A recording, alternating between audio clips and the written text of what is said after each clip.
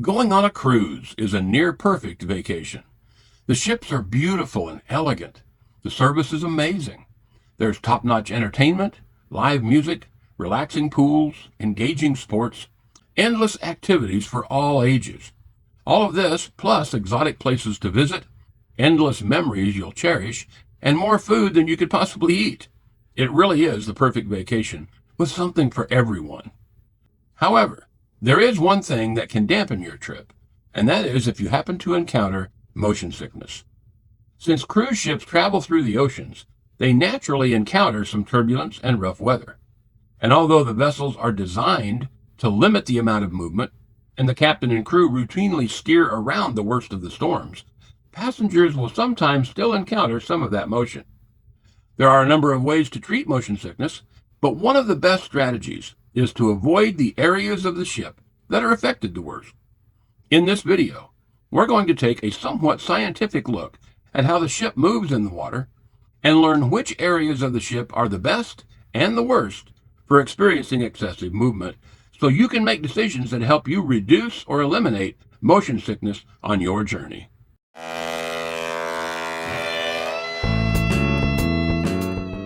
Hello everybody.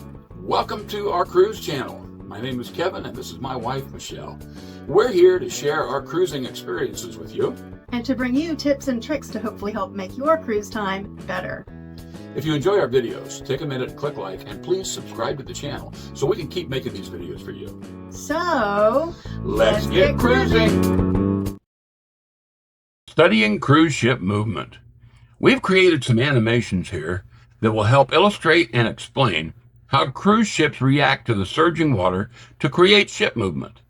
A cruise ship actually moves in several different directions when sailing, but there are three specific motions that affect passengers the most that we will look into today. We'll first display each one and then get into more detail. The first is rocking front to back. In this animation, you can see how the length of the ship rocks repeatedly from the front to the rear.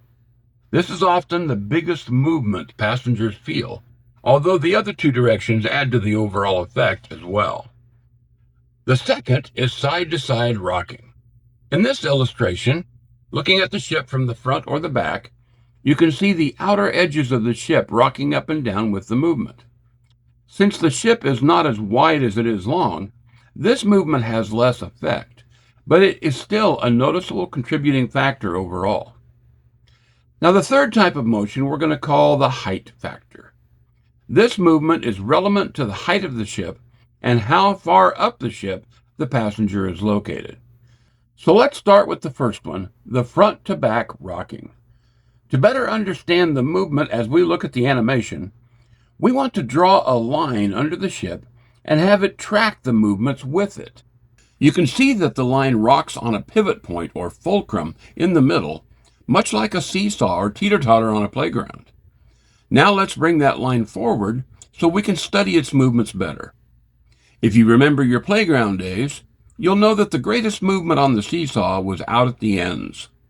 These arrows show how much that line is moving each time it rocks. However, if we move away from the ends and closer to the pivot point, you can see that the amount of movement is reduced greatly. And if you move to a spot very near the pivot point or fulcrum, that movement is almost non-existent. These same principles apply to the ship. The greatest movement is at the extreme front or rear of the ship and becomes less the closer you get to midship. To avoid experiencing the greatest amount of movement, stay as close to the middle of the ship as possible. So now we take our line and apply it to the second type of movement, the ship's side-to-side rocking. You can easily see that once again, the greatest movement is on the outer edges, and the least is right down the middle. Balcony or ocean view cabins, which are on the outer edges, are more likely to experience this type of movement, while centralized interior locations will see less. Keep in mind, this type of movement is less drastic than the first type, but it still can make a difference. The final type of movement is what we call the height factor. To illustrate this, we're going to bring back our line one more time, but in this illustration, we have added a vertical line directly above the pivot point. This represents the different decks of the ship. You can see the original arrows that indicate the various amounts of movement on the horizontal line, but you can also see that when the line rocks back and forth, the vertical line is also moving. Just like the horizontal line, the highest point on the line experiences the greatest amount of movement. It becomes less the lower down you go, and once again is almost eliminated close to the pivot point. Applying this to the ship, you can see that the highest decks receive the greatest amount of this type of motion, and it subsides the lower down the ship you go. So here's what we've learned about our three types of motion. Number one, there is more motion the closer you get to the front or back of the ship. It's calmer midship. Number two, there is more side-to-side motion on the outside edges of the ship as opposed to down the middle. And number three, the higher up you are on the ship, the more motion you will experience. So to summarize all this, for the least amount of ship motion, go to a midship central location on a low deck.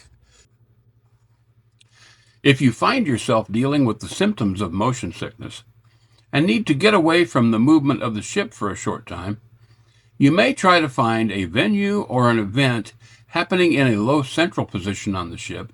Spend a little time there to help you to relax and recover. We hope you've enjoyed this video and found it somewhat useful.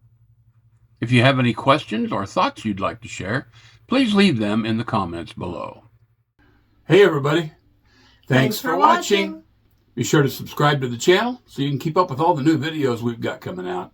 And whatever you do, enjoy your cruise. Bye.